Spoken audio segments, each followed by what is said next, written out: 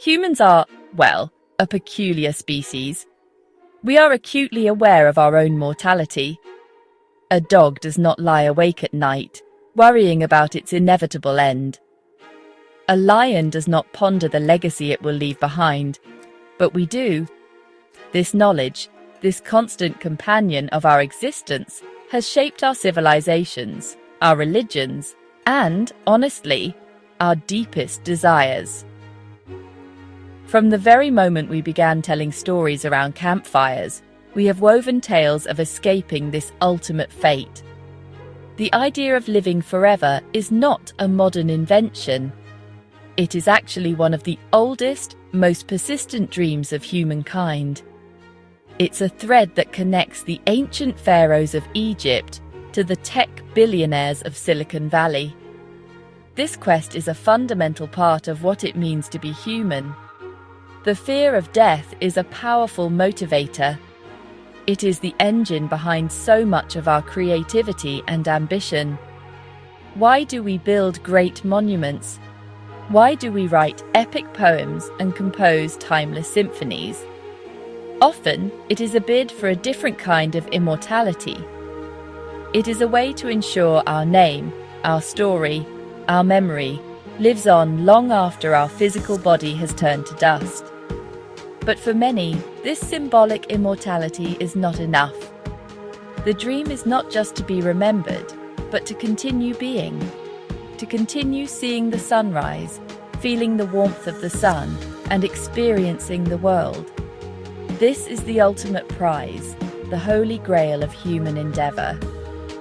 This relentless pursuit has taken many forms throughout our history. In one era, it was a search for a mythical fountain with magical waters.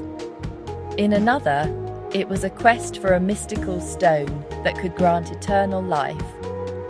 Today, the search has moved from the realm of myths and magic into the sterile, brightly lit laboratories of science. The tools have changed, the language has changed.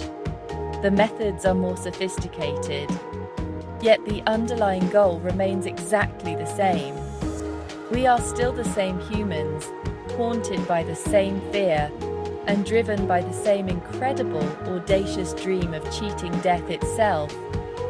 And so, we find ourselves at a unique point in history. For the first time, the dream of significantly extending human life, perhaps even indefinitely, does not seem like pure fantasy. Scientists are beginning to understand the biological processes of aging. They are learning to manipulate the very building blocks of life. The question is no longer just a philosophical one, confined to myths and legends. It has become a practical, technical problem to be solved. This essay will explore that long and winding journey, from the whispers of ancient gods to the hum of modern machinery, all in the timeless quest to conquer our final frontier, death. Long before the advent of modern science, our ancestors looked to the gods and to magic for a solution to death. The stories they told were filled with beings who did not have to face this grim reality. The gods of Mount Olympus were immortal. They feasted on ambrosia and nectar to maintain their eternal youth. These tales were not just entertainment. They were a reflection of humanity's deepest yearning. If the gods could live forever, perhaps, just perhaps, a mortal could find a way to join them. This hope gave rise to countless legends of hidden pathways to eternal life. One of the most famous is the Fountain of Youth, a spring that supposedly restores the youth of anyone who drinks or bathes in its waters. This was not just a story for common folk. The most powerful people on Earth were often the most obsessed with escaping their mortality. Consider Qin Shi Huang, the first emperor of a unified China. He was a man who had everything. He had conquered all his rivals, built the Great Wall, and commanded a vast empire. Yet, he lived in constant terror of death. He sent massive expeditions in search of the mythical Penglai Mountain, an island where the immortals were said to live. He employed countless alchemists and sorcerers to find an elixir of life. Ironically, it is believed that the very elixirs he consumed, likely containing mercury, may have hastened his own demise, a tragic testament to the desperation of his quest. Across the world, similar stories unfolded. In ancient Mesopotamia, the Epic of Gilgamesh tells the story of a king who, devastated by the death of his friend, embarks on a perilous journey to find the secret of eternal life. He seeks a man named Utnapishtim, who was granted immortality by the gods. Gilgamesh endures incredible hardships, finds the man, and even obtains a special plant that can restore youth. But in a moment of carelessness, a snake steals the plant, shedding its skin and becoming young again. Gilgamesh is left with nothing but the bitter realization that mortality is the inescapable fate of humankind. His story became a cornerstone of Western literature, a powerful early lesson on the futility of the quest. These ancient myths and historical accounts reveal a profound truth about the human condition. The desire to live forever is not a sign of greed or arrogance alone. It is born from a deep love of life and a profound fear of its loss. The emperors and heroes of old were willing to risk everything, to travel to the ends of the earth and to challenge the gods themselves for a few more moments of existence. They did not have the tools of science or the knowledge of biology we possess today.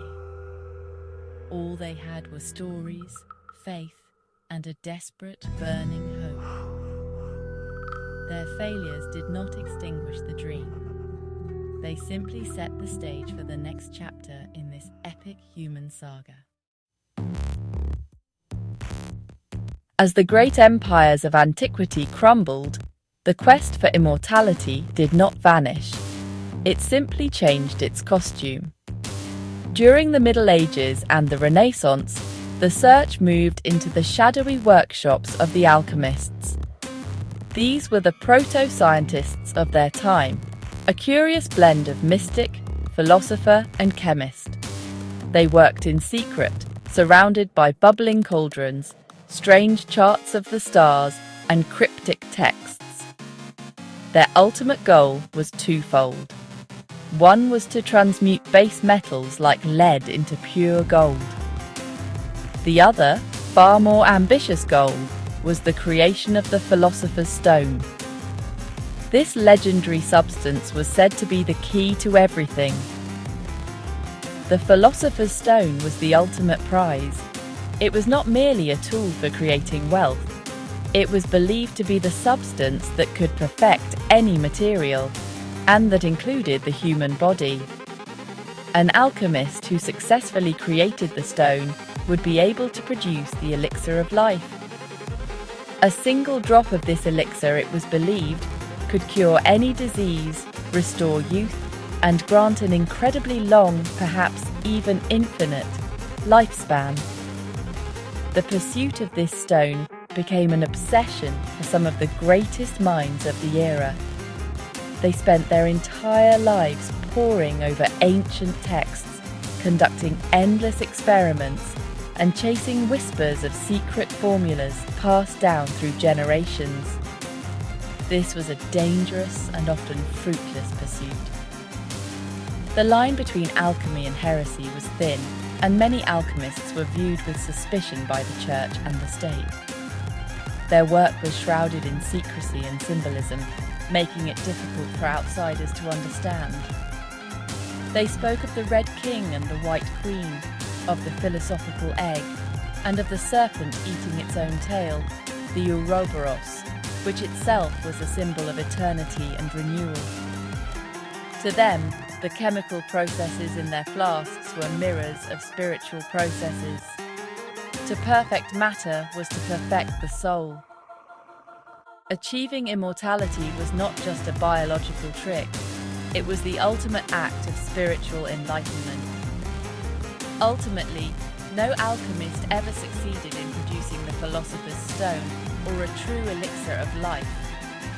Like the emperors before them, they failed. Many were poisoned by the very materials they worked with, such as mercury and arsenic. Their laboratories were filled with toxic fumes, and the risk of explosion was constant. Yet their legacy is more complex than simple failure. In their relentless, obsessive quest for immortality and gold, the alchemists laid the groundwork for modern chemistry. They developed techniques for distillation, sublimation, and metallurgy. They discovered new elements and compounds. Their mystical quest, driven by the ancient dream of eternal life, accidentally paved the way for the scientific revolution that would follow. The Age of Enlightenment brought with it a profound shift in human thought. The focus moved away from divine revelation and mystical secrets toward reason, observation, and empirical evidence. The scientific method was born. This new way of thinking did not immediately kill the dream of immortality. Instead, it repackaged it. The quest was taken out of the hands of sorcerers and alchemists and given to a new kind of priest, the scientist and the doctor. The language changed from elixirs and stones to biology and medicine. The fundamental goal, however, remained stubbornly the same: the defeat of death. Early pioneers of this new age began to see the human body not as a sacred vessel animated by a soul, but as a complex biological machine. And if it was a machine, it could be understood. If it could be understood, it could be repaired. This mechanical view of life was revolutionary. Suddenly, death was not a divine decree or a spiritual inevitability. It was simply a mechanical failure, a breakdown. The heart was a pump. The lungs were bellows. The brain was a switchboard. Diseases were malfunctions, and aging was the slow, steady wear and tear of the machine's components over time. This new perspective was both terrifying and exhilarating. This shift gave rise to new hopes and new directions. Perhaps immortality wasn't about finding a magical substance. Perhaps it was about understanding the machine well enough to keep it running. Early medical science focused on fighting the most immediate threats. They developed vaccines to prevent infectious diseases that had wiped out huge portions of the population for centuries. They discovered antibiotics to fight bacterial infections that could turn a small cut into a death sentence. Each victory, each disease conquered, was a small step in the larger war against death. Life expectancies began to rise, not because of a magical elixir, but because of sanitation, nutrition, and medicine. The dream of eternal life began to seem less like a fantasy and more like a distant but achievable engineering problem. Thinkers like the Marquis de Condorcet, a French philosopher, predicted that there was no limit to the perfection of human faculties, and that the lifespan of humans could be indefinitely extended. Benjamin Franklin famously wrote that he wished he could be preserved in a cask of wine and revived a century later to see the progress of his country. The optimism was palpable. Science was the new magic, and its practitioners, the scientists and doctors, were the new wizards who might finally succeed where all others had failed. The 20th century, really turned the abstract idea of the body as a machine into a concrete, surgical reality. If the body was a machine, then its failing parts could, in theory, be replaced. This simple but profound idea led to one of the greatest medical breakthroughs in history: organ transplantation. The first successful kidney transplant took place in 1954. It was a monumental achievement. For the first time, a person whose body was shutting down due to a failed organ could be given a second chance at life with a part taken from another person. It was, well, a partial victory against death, a way to push back against the inevitable breakdown of the biological machine. Following the success with kidneys, the field of transplantation exploded.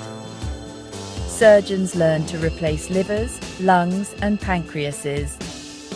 The ultimate achievement came in 1967, when Dr. Christian Barnard performed the first human-to-human heart transplant. The symbolic power of this event was immense. The heart had always been seen as the seat of life and emotion. To be able to take this vital organ from one body and place it in another and to have it beat again was like something out of science fiction. It demonstrated that even the most critical components of the human machine were, in principle, interchangeable. The body was becoming more and more like a car, where a faulty engine could be swapped out to keep the vehicle on the road. Of course, this technology came with its own set of immense challenges. The body's immune system is designed to attack anything it recognizes as foreign. This meant that the recipient's body would naturally try to destroy the new organ. The development of immunosuppressant drugs was crucial to making long-term transplantation possible. These drugs, however, came with their own risks, leaving patients vulnerable to infections. Furthermore, the demand for organs far outstripped the supply, creating long waiting lists and difficult ethical dilemmas about who should receive a life-saving organ and who should be left to die. Despite these problems, the era of transplantation fundamentally changed our relationship with our own bodies. It proved that death by organ failure was not an absolute law. It was a technical problem that could, in many cases, be solved. This success, honestly, fueled even greater ambitions. If we could replace organs, what else could we replace? Scientists began developing artificial hearts, dialysis machines that acted as artificial kidneys, and sophisticated prosthetics that could be controlled by the mind. The line between human and machine began to blur. The quest for immortality was no longer about preserving the original body in a perfect state, but about continually repairing and upgrading it to keep it functional. While some scientists focused on repairing the body in the present, others took a more radical approach. They proposed a way to bypass death entirely, at least for a while. This is the idea behind cryonics. The concept is simple, yet, honestly, quite audacious. When a person is declared legally dead, especially from a disease that is currently incurable, their body is cooled to extremely low temperatures and preserved in liquid nitrogen. The hope is that this is not a final end, but a pause, a long sleep. They are not being buried, but being sent into the future.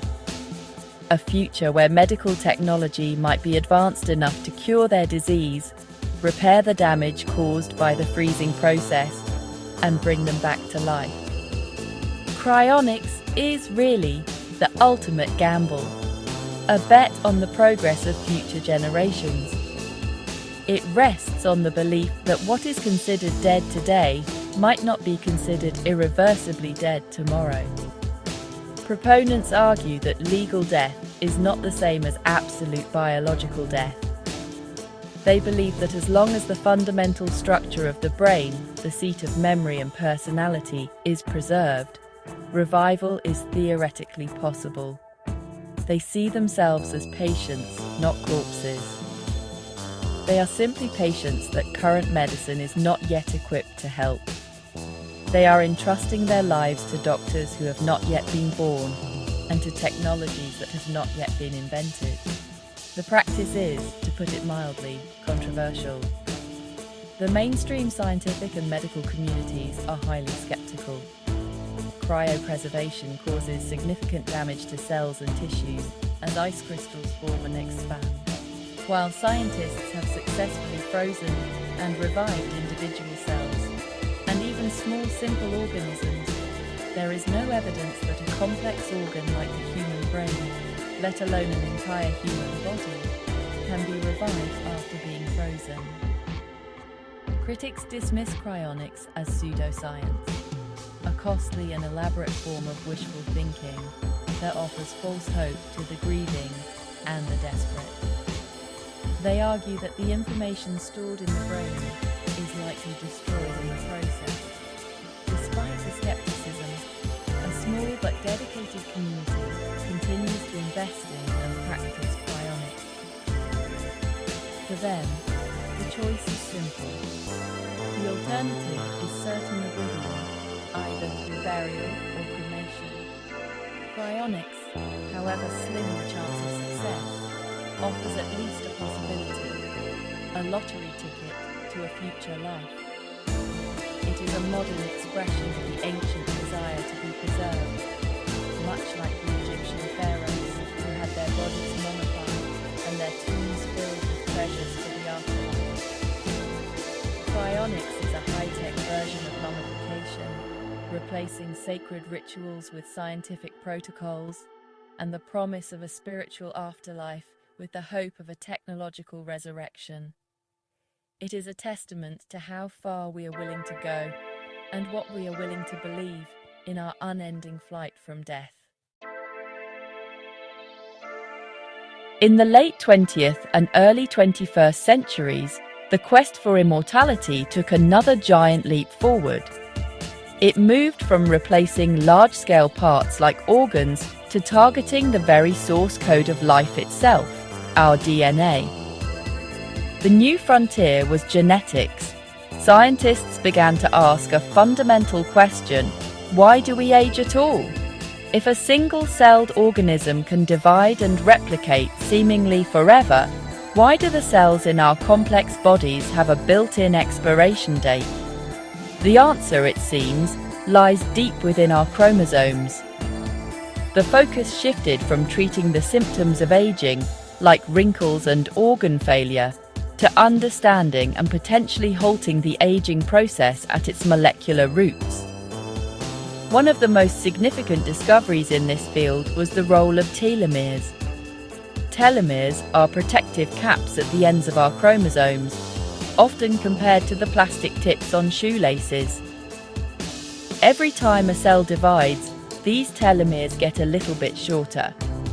Over time, they become so short that the cell can no longer divide safely, and it enters a state of old age called senescence, or it self-destructs. This process is a major driver of what we experience as aging. The discovery of telomeres provided a tangible, measurable mechanism for the aging process. It suggested that aging wasn't just random wear and tear, but a programmed process written into our genetic code. This discovery immediately led to a tantalizing possibility. What if we could stop the telomeres from shortening, or even lengthen them? Scientists discovered an enzyme called telomerase, which can rebuild and lengthen telomeres.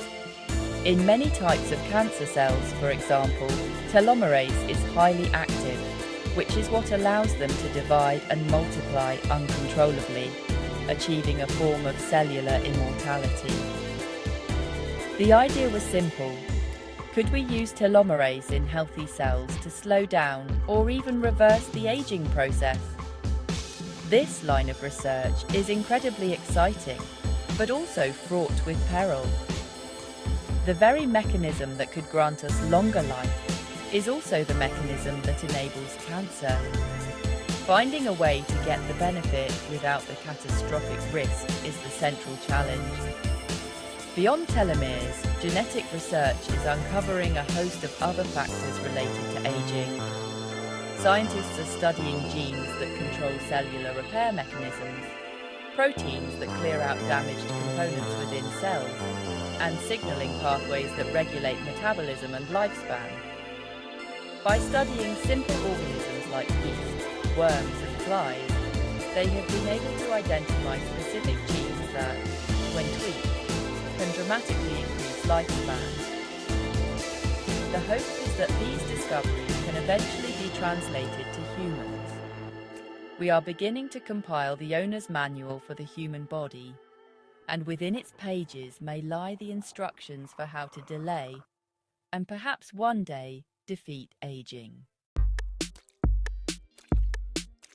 The prospect of radically longer lifespans is no longer confined to science fiction novels or the laboratories of a few eccentric scientists.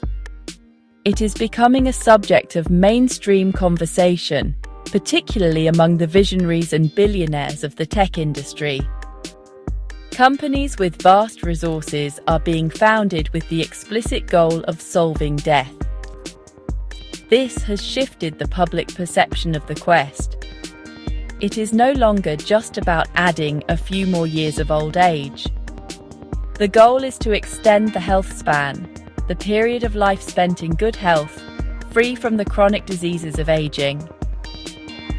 The dream is to be healthy, active, and youthful for 100, 120, or even 150 years. This new possibility forces us to ask profound questions about what a human life is for. Our current social structures are all built around a lifespan of roughly 80 years. We have a period of education, a period of work and raising a family, and a period of retirement.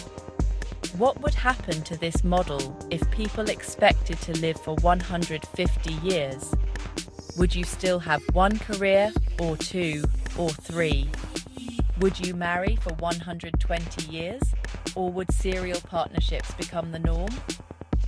How would we handle population growth if people stopped dying off at the expected rate? The social, economic, and psychological implications are staggering, and we have only just begun to think about them. The pursuit of longevity also raises serious ethical concerns about equality. The first anti-aging therapies are likely to be extremely expensive. This could create a world divided into two new biological classes: the immortals who can afford to stay young, and the mortals who are left to age and die as humans always have. Would this be the ultimate form of inequality? A world where the rich not only have more money and power, but also more time, more life itself.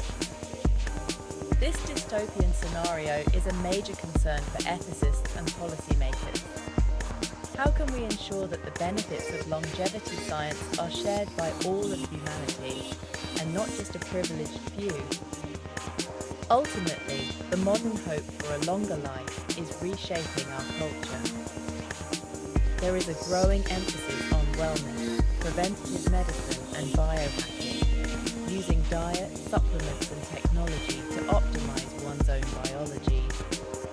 People are tracking their sleep, monitoring their blood glucose, and taking dozens of pills a day in the hope of adding a few more healthy years to their lives. This is the quest for immortality democratized and brought into the everyday. It is no longer just about a single, magical cure, but about 1,000 small adjustments. It reflects a fundamental belief that aging is not inevitable, but a disease that can be managed, and perhaps one day cured. Looking to the future, the quest for immortality is likely to splinter into several different paths, each more fantastic than the last. The biological approach, focused on genetics and cellular repair, will surely continue. We may see the development of therapies that can reset our cells to a younger state, perhaps through genetic engineering with tools like CRISPR. Imagine receiving a rejuvenation therapy every decade or so, which would repair accumulated damage and restore your body's functions to that of a 30-year-old. This would not be immortality in the sense of being invulnerable, but a continuous cycle of maintenance and repair, keeping the biological machine running indefinitely. A second, more radical path involves moving beyond biology altogether. Some futurists and technologists believe that the true path to immortality lies in merging with our technology. This could start with advanced cybernetic enhancements, replacing failing organs with superior mechanical versions, and augmenting our brains with computer interfaces. The ultimate goal of this path is mind uploading. This is the hypothetical process of scanning the entire structure of a human brain and transferring it, along with all its memories and consciousness, to a powerful computer. In this digital form, you could live forever in a simulated reality or download your consciousness into various robotic bodies. Your biological body would no longer be a limitation. This digital immortality raises a host of philosophical questions that make all previous debates seem simple. If your consciousness is uploaded to a computer, is that copy still you? Or is it just a perfect replica, while the original you still dies? What is the nature of consciousness itself? Can it exist without a biological brain? These are questions that we currently have no way of answering. The pursuit of mind uploading is not just a technical challenge, it is a philosophical one that forces us to confront the deepest mysteries of what it means to be a conscious being. It is the ultimate expression of the body as a machine idea, where the software, the mind, is deemed more important than the hardware, the body. The timeless quest for immortality, which began with myths and magic, has brought us to the brink of redefining what it means to be human. Whether through biological rejuvenation, cybernetic enhancement, or digital uploading, the possibilities on the horizon are both thrilling and, to be honest, a bit terrifying. We may be the last generation of Homo sapiens to live and die according to the old natural rules. The generations that follow might have choices that we can barely imagine. They may have the power to conquer aging, to defeat death, and to step into a future that is, for all intents and purposes, forever. The dream of Gilgamesh may yet be realized, not by finding a magical plant, but by becoming the masters of our own biological and technological destiny.